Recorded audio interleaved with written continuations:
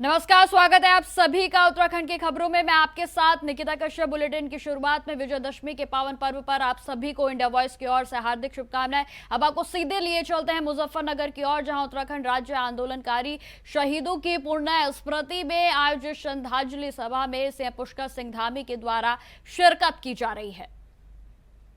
तो सीधी तस्वीरें हम आपको मुजफ्फरनगर से दिखा रहे हैं, जहां पर उत्तराखंड राज्य आंदोलनकारी शहीदों को पुण्यतिथि का जो एक कार्यक्रम था, जो कि कई दिनों से उत्तराखंड में चल रहा था, और जहां आपको बता दें कि आज मुख्यमंत्री पुष्कर सिंह धामी के द्वारा सभी शहीदों को पुण्यतिथि पर स्मरण किया गया। और जहां पर इस कार्यक्रम में शिरकत करने के लिए मुख्यमंत्री पुष्कर सिंह धामी आज मुजफ्फरनगर पहुंचे हैं, जहां आपको बता दें कि उनके साथ तमाम नेतागण इस समय मौजूद हैं। और आप इस तस्वीरों में साफ तौर पर देख सकते हैं कि भारी जनता का जो सैलाब है वो इस समय देखने को मिल रहा है। आपको बता दें कि उत्तराखंड राज्य आंदोलनकारी शहीदों की पुण्यतिथि को लेकर कार्यक्रम किया गया है, और जिसमें कि राज्य के आंदोलनकारी शहीदों की पुण्यतिथि को आज स्मरण किया जा रहा है, और जिसमें कि आप ये भारी भीड़ इस समय देख सकते हैं, जो कि इस समय हम आपको सीधा तस्वीरों में दिखा रहे हैं। आप साफ तौर पर देख सकते हैं कि मुख्यमंत्री पुष्कर सिंह धामी के साथ तमाम नेतागण भी मौजूद हैं, उनके पार्टी के कार्यकर्ता मौजूद हैं, और जहां पर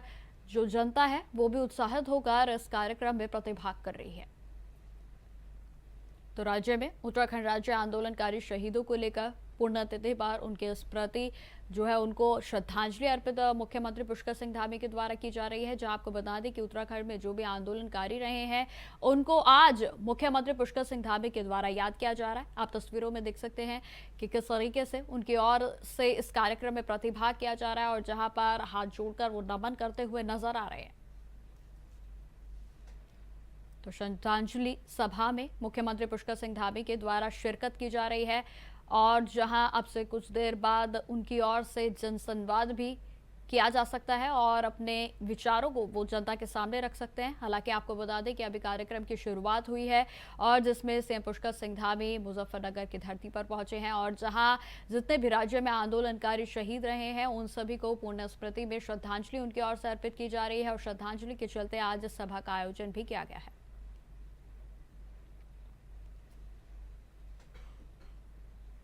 तो आपको बता दें कि प्रदेश भर में तमाम कार्यक्रम आज पूरे दिन भर रहने वाले हैं, और जहां मुख्यमंत्री पुष्कर सिंह धामी के द्वारा जो शहीद हैं उनके श्रद्धांजलि उनको अर्पित की जा रही है, पुष्पांजलि उनको अर्पित की जा रही है, उनको याद आज किया जा रहा है। उन्होंने जो अपने प्राणों को न्यौछावर कर दिया उन सभी को आज स्मरण किया जा रहा है। और साथ ही साथ आपको बता दें कि यह पल बेहद ही गौरवान्वित करने वाले हैं, क्योंकि ये वो क्षण है जो कि हमें उन लोगों के बारे में याद दिलाते हैं जिन्होंने अपने प्राणों की आहुति दे दी, अपने प्राणों को राज्य की रक्षा के लिए, देश की रक्षा के लिए न्यौछावर कर दिया।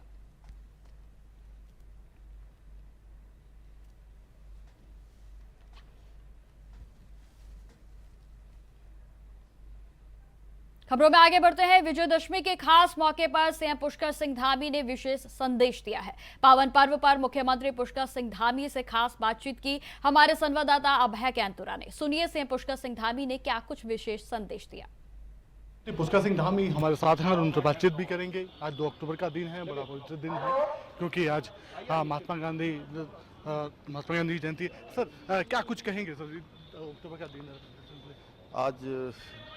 आज विजयदशमी है, आज गांधी जयंती है और लाल बहादुर शास्त्री जी की जयंती है। मैं बापू जी को, लाल बहादुर शास्त्री जी को नमन करता हूं, सभी को विजयदशमी पर्व की बधाई देता हूं। और आज 2 अक्टूबर रामपुर तिराहा जो कांड उत्तराखंड आंदोलन के समय हुआ था उसकी वर्षगांठ भी है, उसकी बरसी है। मैं उन सभी बलिदानियों को नमन करता हूं जिन्होंने उत्तराखंड राज्य की प्राप्ति के लिए अपने प्राणों का बलिदान दिया, और उनकी स्मृति में हम ये संकल्प लेते हैं कि उनके सपनों का उत्तराखंड बनाएंगे। उनके जो सपने थे उसके अनुरूप हर प्रकार से समृद्ध उत्तराखंड बने, विकसित उत्तराखंड बने, और उत्तराखंड देश का श्रेष्ठ राज्य बने। हमारा संकल्प आगे बढ़ेगा। सर आपने सीबीआई जांच की मांग जो की थी उसको अनुमोदित भी कर दिया, क्या कुछ कहेंगे युवाओं को, क्या आश्वस्त रहें, चीज़ें नहीं हो? बिल्कुल आश्वस्त युवाओं को सबको रहना है। जो भी उनकी नियोजित मांगे हैं आगे भी हम इसी प्रकार से आगे बढ़ाते रहेंगे। Thank you sir. मुख्यमंत्री पुष्कर सिंह धामी ने साफ तौर पर कहा है कि आज राज्य स्थापना दिवस के लिए जो आंदोलन लड़ा गया था, राज्य आंदोलन जो लड़ा गया था 2 अक्टूबर, आज उसकी वर्षी भी है। और मुख्यमंत्री पुष्कर सिंह धामी ने युवाओं को भी आश्वस्त किया है कि राज्य सरकार उनकी मांगों को लेकर आश्वस्त है। जो उनका काम है, यानी उनका जो भविष्य सुरक्षित रखने का काम जो सरकार का, उसको करने की दिशा में सरकार लगातार आगे बढ़ रही है। कैमरामैन सुनील साथ अभय कैनपुरा, इंडिया वाइज, देहरादून। मुख्यमंत्री पुष्कर सिंह धामी ने राष्ट्रपिता महात्मा गांधी की जयंती के अवसर पर गांधी पार्क देहरादून में स्थित उनकी प्रतिमा पर माल्यार्पण कर उन्हें भावपूर्ण श्रद्धांजलि अर्पित की। वहीं आपको बता दें कि इस अवसर पर मुख्यमंत्री पुष्कर सिंह धामी ने महात्मा गांधी के द्वारा अपने सत्य, अहिंसा और त्याग के मार्ग से न केवल भारत को आजादी दिलाई बल्कि पूरी दुनिया को शांति और एकता का संदेश भी दिया। आपको बता दें कि मुख्यमंत्री पुष्कर सिंह धामी ने कहा कि गांधी जी का जीवन दर्शन आज भी समाज को नई दिशा देने वाला है। उन्होंने प्रदेशवासियों से गांधी जी के विचारों को अपनाने, अपने जीवन में उनको लाने और आत्मसात करने की अपील की है। सीएम पुष्कर सिंह धामी ने कहा कि गांधी जी की प्रेरणा से हमें स्वच्छता, आत्मनिर्भरता और सादगी जैसे मूल्य मिलते हैं जो कि किसी भी राष्ट्र के विकास में मूलभूत आधारशिला है।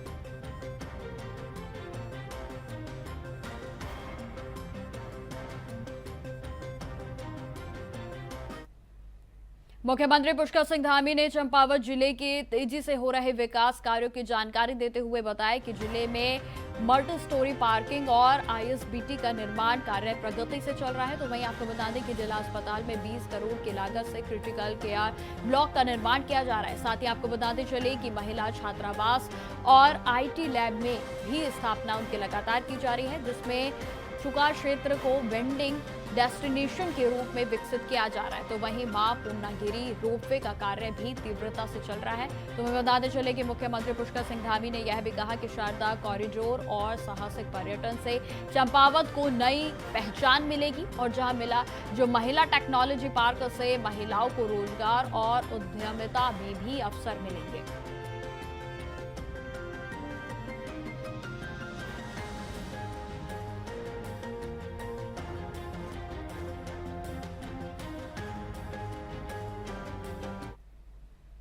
अब खबर देहरादून से है, जहां अंतर्राष्ट्रीय वृद्धजन दिवस के अवसर पर आयोजित एक विशेष कार्यक्रम में मुख्यमंत्री पुष्कर सिंह धामी ने शिरकत की।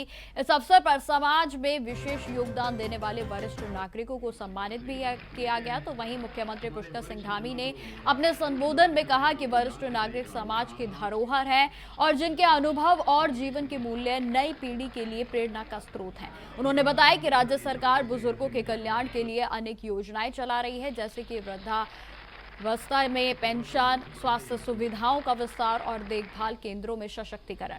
मुख्यमंत्री पुष्कर सिंह धामी ने भरोसा दिलाया है कि सरकार वरिष्ठ नागरिकों की आवश्यकताओं और अपेक्षाओं को प्राथमिकता देते हुए भविष्य की नीतियां बनाती रहेगी। उन्होंने सभी से आग्रह किया है कि बुजुर्गों के सम्मान और सहयोग में कोई भी कमी न रखें, क्योंकि उनका साथ समाज को मजबूती प्रदान करता है।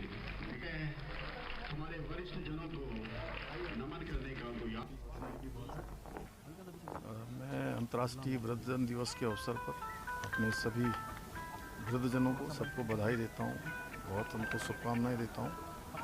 और आज प्रधानमंत्री श्री नरेंद्र मोदी जी के नेतृत्व में देश के अंदर वृद्धजनों के कल्याण के लिए, उनकी देखभाल के लिए अनेक योजनाएं संचालित की जा रही हैं, जिसमें बुजुर्गों के समस्त देखभाल से लेकर उनके स्वास्थ्य से लेकर और 70 वर्ष से अधिक के वृद्धजनों के लिए आयुष्मान भारत योजना में इलाज से लेकर सभी चीज़ें उनके लिए पूरा प्रावधान किया गया है, मुफ्त की गई हैं। और राज्य के अंदर भी हमारे यहाँ पर रुद्रपुर में, देहरादून में मॉडल वृद्ध आश्रम बनाए जा रहे हैं और राज्य के हर जनपद में हम वृद्धाश्रम भी बना रहे हैं, जिससे कि उनकी देखभाल हो। मास्टर ट्रेनर भी उनके लिए तैयार कर रहे हैं। इस वर्ष हमने समस्त राज्य के अंदर जितने भी हमारे वृद्धजन हैं उनको मानव संसाधन के लिए, उनके लिए कमी न पड़े उनकी देखभाल के लिए, इसलिए 150 से ज़्यादा मास्टर ट्रेनर हर जनपद में उनको प्रशिक्षित करने का भी हमने एक लक्ष्य रखा है, जिससे कि समय पर उनकी देखभाल हो पाए, ठीक प्रकार से उनको मास्टर ट्रेनर भी मिल पाए। इसके अतिरिक्त उनके समग्र कल्याण के लिए मोतियाबिंद से लेकर जो बीमारियां हमारे बढ़ती उम्र के साथ होते हैं, उसका भी हमने निःशुल्क जो है 1300 लोगों का मोतियाबिंद का ऑपरेशन कराने का भी लक्ष्य रखा गया है। इसके अतिरिक्त अन्य भी जो व्यवस्थाएं हैं वो सब हम कर रहे हैं। खबर देहरादून से ही है, जहां पर उत्तराखंड के सचिवालय में राष्ट्रपिता महात्मा गांधी और पूर्व प्रधानमंत्री स्वर्गीय लाल बहादुर शास्त्री की जयंती पर भावपूर्ण श्रद्धांजलि अर्पित की गई। आपको बता दें कि मुख्य सचिव आनंद बर्धन ने सचिवालय में दोनों महान विभूतियों के चित्रों पर माल्यार्पण किया और उन्हें नमन भी किया गया। इस अवसर पर सचिवालय के अन्य वरिष्ठ अधिकारियों ने और कर्मचारियों ने भी श्रद्धासुमन अर्पित की। तो वहीं कार्यक्रम के दौरान मुख्य सचिव ने उपस्थित अधिकारियों व कर्मचारियों को स्वच्छता ही सेवा की शपथ भी दिलाई। साथ ही साथ बताते चले कि स्वच्छ भारत अभियान के प्रति संकल्प को भी दोहराया गया। कार्यक्रम में भारत खंडे संगीत महाविद्यालय के कलाकारों के द्वारा महात्मा गांधी का प्रिय भजन सामूहिक रूप से प्रस्तुत किया गया और जिससे कि वातावरण पूरे तरीके से भावनात्मक हो गया। आपको बताते चले कि इस अवसर पर प्रमुख सचिव आर.के. सुधांशु समेत कई वरिष्ठ अधिकारी भी मौजूद रहे, जहां कार्यक्रम का आयोजन सूचना एवं लोक संपर्क विभाग की ओर से किया गया था।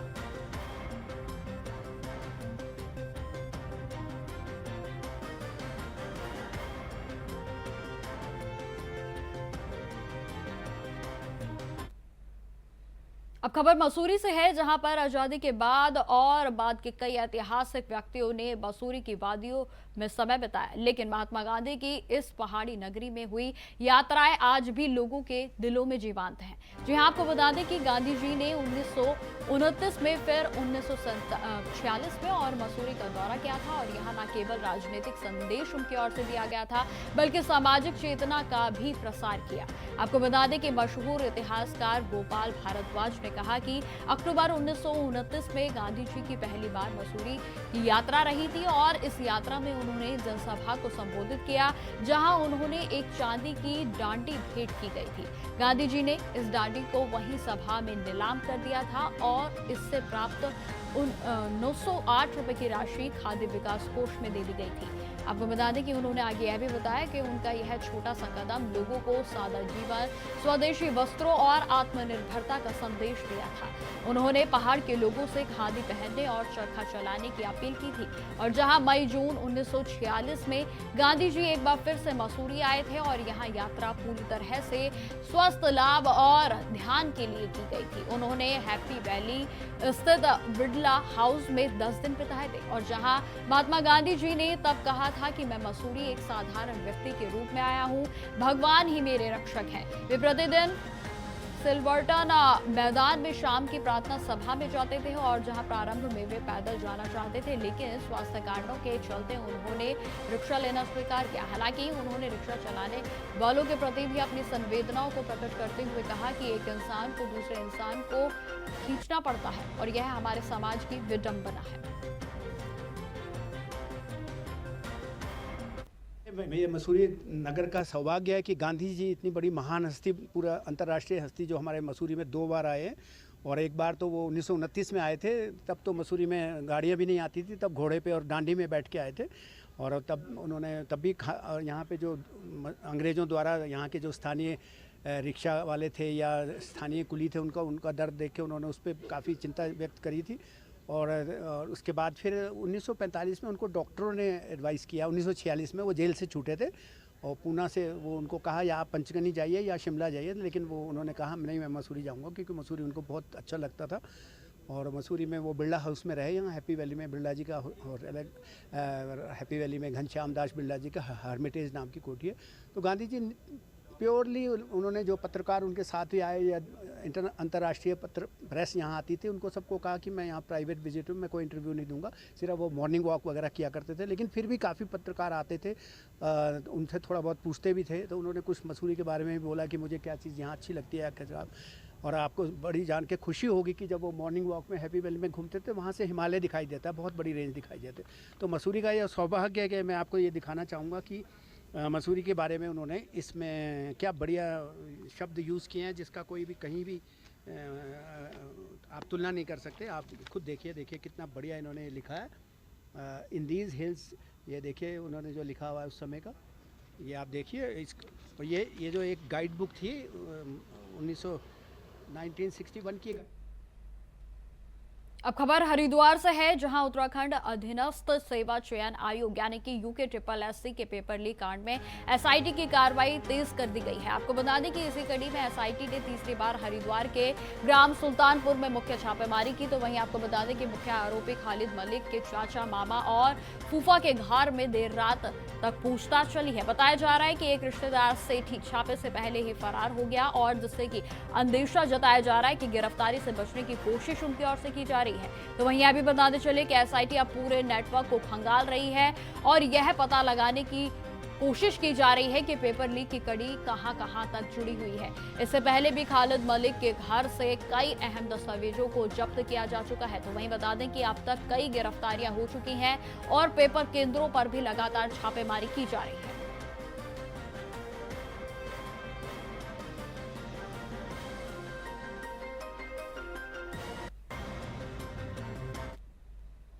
अब खबर देहरादून से है, जहां जिले के SSP ने कानून की समानता का संदेश देते हुए खुद की ही पुलिस फोर्स के खिलाफ एक्शन लिया है। जी हां, आपको बता दें कि मामला राजपुर थाना क्षेत्र का है, जहां उसी थाने के SO पर नशे की हालत में गाड़ी चलाते हुए 3 वाहनों को टक्कर मारने का आरोप लगाया गया।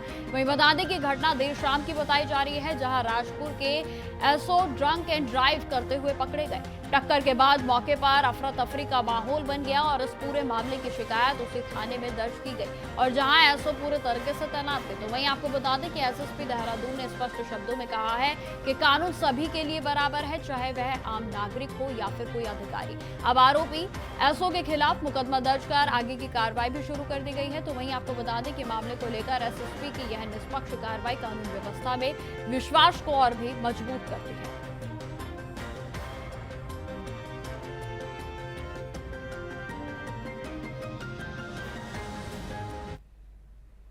खबरों में आगे बढ़ते हैं। दिवंगत पत्रकार राजीव प्रताप के निधन पर सूचना महानिदेशक बंसीधर तिवारी आज उनके दीपनगर स्थित आवास में पहुंचे और जहां उनकी ओर से शोक संतप्त परिवार से भेंटकर संवेदनाएं प्रकट की गई।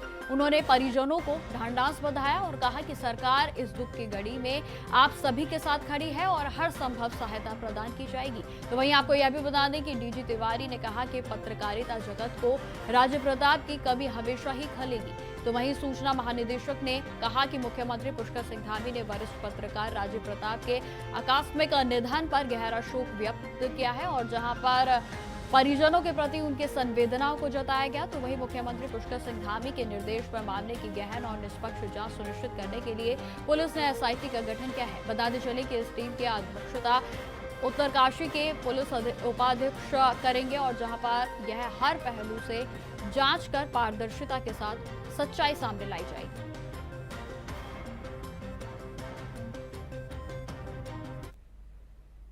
अब खबर उत्तराखंड के टिहरी से है, जहां जनपद में स्थित धनोल्टी विधानसभा क्षेत्र का मां सुरकंडा देवी मंदिर जहां एक और श्रद्धालुओं की गहरी आस्था का केंद्र बना हुआ है। तो वहीं दूसरी ओर यह पवित्र स्थल आज गंभीर पर्यावरणीय संकट और प्रशासनिक लापरवाही से जूझ रहा है। बता दें कि 51 शक्तिपीठों में से शामिल यह मंदिर प्रतिदिन हजारों श्रद्धालुओं की आस्था का केंद्र है, लेकिन इसके आसपास फैला प्लास्टिक का कूड़ा कचरा, जलते कूड़े से उठता हुआ धुआं और दुर्गंध श्रद्धालुओं की धार्मिक भावना को आहत पहुंचा रही है। तो वहीं आपको बता दें कि स्थानीय दुकानदारों के साथ साथ सफाई कर्मचारियों का कहना है कि बीते 3 महीनों से कचरा उठाने की कोई भी वाहन यहां नहीं आए हैं।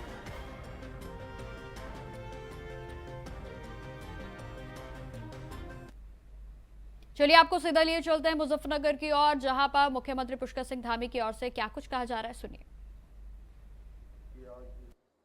बरसी और शहीदों की स्मृति में आयोजित इस श्रद्धांजलि सभा में मंच पर आसीन उत्तराखंड सरकार के कैबिनेट मंत्री आदरणीय सतपाल महाराज जी, उत्तर प्रदेश सरकार के कैबिनेट मंत्री आदरणीय अनिल कुमार जी, आदरणीय कपिल देव जी, पूर्व सांसद और जिन्होंने मेरे आग्रह पर उत्तराखंड आंदोलनकारियों के मुकदमों की यहाँ पर पुरजोर पैरवी करके उनको न्याय तक पहुँचाने का काम किया, मेरे मित्र आदरणीय संजीव बालियान जी, भारतीय जनता पार्टी के जिलाध्यक्ष सुधीर सैनी जी, रुड़की विधानसभा के माननीय विधायक प्रदीप बत्रा जी, खानपुर विधानसभा के माननीय विधायक उमेश कुमार शर्मा जी, झबरेड़ा के माननीय विधायक श्री वीरेंद्र जाति जी, श्रीमती मधु भट्ट जी, उपाध्यक्ष साहित्य कला परिषद राजेंद्र अंधवाल जी, शोभाराम प्रजापति जी, अजीत जी, पप्पू शर्मा जी, स्वर्गीय महावीर शर्मा के पुत्र एवं उनके सभी परिवारजन, युगल किशोर पंत जी और यहाँ के जिलाधिकारी, हरिद्वार के जिलाधिकारी, डीएम, एसएसपी और मंच पर आसीन हमारे जिलाध्यक्ष जी और पूर्व विधायक जी और सभी सम्मानित सभी पदाधिकारीगण, हमारे राज्य आंदोलनकारी त्रिलोक भट्ट जी, प्रमोद डोभाल जी, सरोज डिमरी जी, सरोज देवराड़ी जी, ऋषि प्रकाश काला जी, नंदन सिंह रावत जी, विनोद भट्ट जी, बसंत जोशी जी, कमला वसोला जी, भुवनेश्वरी जी, नंदा रावत जी, मालय करासी जी, राजेश्वर गोसाई जी, कृपाल सिंह जी, अगनोसी जी, चौधरी राजेंद्र जी, अमन शर्मा जी एवं समस्त आंदोलनकारी और यहाँ पर उपस्थित हमारे सभी बड़े बुजुर्ग, अब जिनका मैं नाम नहीं ले पाया, वो सब मेष राशि से लेकर मीन राशि तक के उपस्थित सभी मेरे बड़े बुजुर्ग उपस्थित, माताएं, बहनें, सभी मेरे नौजवान साथियों, उपस्थित मीडिया के हमारे सभी मित्र, मैं सबसे पहले तो उत्तराखंड राज्य की प्राप्ति के लिए अपने प्राणों का बलिदान देने वाले अमर बलिदानी स्वर्गीय रविंद्र रावत जी, स्वर्गीय सत्येंद्र चौहान जी, स्वर्गीय गिरीश भद्री जी, स्वर्गीय राजेश लखेड़ा जी, स्वर्गीय सूर्य प्रकाश थपलियाल जी, स्वर्गीय अशोक कैसिव जी एवं स्वर्गीय राजेश नेगी जी को समस्त उत्तराखंड वासियों की ओर से, आप सबकी ओर से भावभीनी श्रद्धांजलि अर्पित करता हूं। साथ ही मैं उन सभी राज्य आंदोलनकारियों को नमन करता हूं जिन्होंने हमारे बेहतर के लिए, बेहतर भविष्य के लिए, अच्छा उत्तराखंड बने ऐसा सपना देखते हुए अपना वर्तमान दांव पर लगाकर उत्तराखंड राज्य के निर्माण में अपना अद्वितीय योगदान दिया। भाइयों बहनों, 2 अक्टूबर 1994 को रामपुर तिराहे पर घटित हुआ गोलीकांड उत्तराखंड राज्य निर्माण के आंदोलन का, उसके इतिहास का सबसे क्रूर और गहरे जख्म देने वाला अध्याय के रूप में अंकित रहेगा। आज भी उस बर्बरतापूर्व गोलीकांड की और महिलाओं की अस्मिता पर किए गए अमानवीय अत्याचारों को याद करके प्रत्येक उत्तराखंड वासी की रूह कांप उठती है। फिर जनता की जिम्मेदारी जिनके कंधों पर थी, उन्होंने हिंसा और बर्बरता की सारी हदें पार कर दी थी। 1 और 2 अक्टूबर की रात को उत्तराखंड की अस्मिता की रक्षा के लिए शांतिपूर्ण आंदोलन करने के लिए दिल्ली जा रहे आंदोलनकारियों को जिस तरह से तत्कालीन समाजवादी पार्टी सरकार ने निर्ममता के साथ अत्याचार किए, उन अत्याचारों से मिले घाव आज भी प्रत्येक उत्तराखंड वासी के दिल में हरे हैं। इस घटना ने पूरे देश को हिलाकर रख दिया। उस दिन की बर्बरता को याद कर आज भी हम सब जब उसके बारे में विचार करते हैं तो सच में वो कितना भयावह था, कितना क्रूर था, कितना अमानवीय था, किस प्रकार से माताओं बहनों के साथ, किस घोर बर्बरता के साथ वहां पर क्रूरता की गई, सच में आज भी आंखें नम हो जाती हैं। ये घटना उस समय के सत्ताधारी दल के दमनात्मक दमनकारी रवैये का प्रतीक थी, जिन्होंने एक शांतिपूर्ण आंदोलन को बहुत निर्दयता से कुचलने का काम किया। और आज से 2 अक्टूबर से ठीक 1 महीना पहले 1 सितंबर 1994 को खटीमा का गोलीकांड होता है और 2 सितंबर को मसूरी का गोलीकांड होता है। दोनों आंदोलनों को किस प्रकार से कुचलने का प्रयास हुआ, उनकी भी हम सब बरसी मनाते हैं। और वो दिन और आज के दिन हमें सदैव याद दिलाते रहेंगे कि उत्तराखंड की नींव हमारे शहीदों ने अपने खून से सींची है। भाइयों बहनों, आप सभी को पता है, अभी संजीव बालियान जी जब बोल रहे थे तो उन्होंने बताया कि जो एक प्रक्रिया रुकी हुई थी, जिन्होंने जघन्य अपराध किया था, गोलीकांड किया था, मानवता की सारी हदों को तोड़ दिया था, उनके खिलाफ कार्रवाई होनी चाहिए थी। मैं धन्यवाद करना चाहता हूं संजीव बालियान जी का कि उन्होंने इसकी सख्त पैरवी की। हमसे भी, मैंने उनसे अनुरोध किया था कि आप मुजफ्फरनगर में ये केस चल रहा है, इस केस की आप हम लोगों की तरफ से पैरवी कर दीजिए, आसान हो जाएगा। वो यहां भारत सरकार में मंत्री रहते हुए, सांसद रहते हुए उन्होंने पैरवी करी और कोर्ट ने डिसीजन दिया। उसमें कोर्ट ने डिसीजन दिया और अपनी टिप्पणी में लिखा कि ये जलियांवाला बाग कांड से भी अधिक भयावह कांड था, अधिक जो है इसमें क्रूरता और मानवता की हदों को पार किया गया था। भाइयों बहनों, उत्तराखंड राज्य हमारे आंदोलनकारियों की त्याग, तपस्या और बलिदान का ही प्रतिफल है। इसलिए हमारी सरकार उत्तराखंड के बलिदानियों के, आंदोलनकारियों के सपनों को साकार बनाने के लिए बहुत कृत संकल्पित होकर कार्य कर रही है। हमारी सरकार ने राज्य आंदोलनकारियों के प्रति अपनी कृतज्ञता को प्रकट करते हुए उनके आश्रितों के लिए नौकरी में 10% का क्षैतिज आरक्षण लागू किया है। हमने शहीद आंदोलनकारियों के परिवारों के लिए 3,000 रुपए मासिक पेंशन की सुविधा भी प्रारंभ की है। साथ ही घायल और जेल गए आंदोलनकारियों को 6,000 रुपए, सक्रिय आंदोलनकारियों को 4,500 रुपए मासिक पेंशन भी आज दी जा रही है। पूर्व की सरकारों के समय में राज्य आंदोलनकारियों के केवल एक आश्रित के लिए क्षैतिज आरक्षण की व्यवस्था थी, परंतु हमने विधानसभा में विधेयक लाकर नए कानून के अंतर्गत चिन्हित आंदोलनकारियों की परित्यक्ता विधवा और तलाकशुदा पुत्रियों को भी इस आरक्षण का लाभ मिल सकेगा, इसका प्रावधान कर दिया है। यही नहीं, हमारी सरकार ने चिन्हित आंदोलनकारियों की पहचान पत्र जारी करने के साथ ही 93 आंदोलनकारियों को राजकीय सेवा में तो आप सुन रहे थे मुजफ्फरनगर से मुख्यमंत्री पुष्कर सिंह धामी को। तो फिलहाल मेरे साथ इस बुलेटिन में इतना ही। देश दुनिया की तमाम खबरों की जानकारी के लिए बने रहे हमारे साथ। नमस्कार।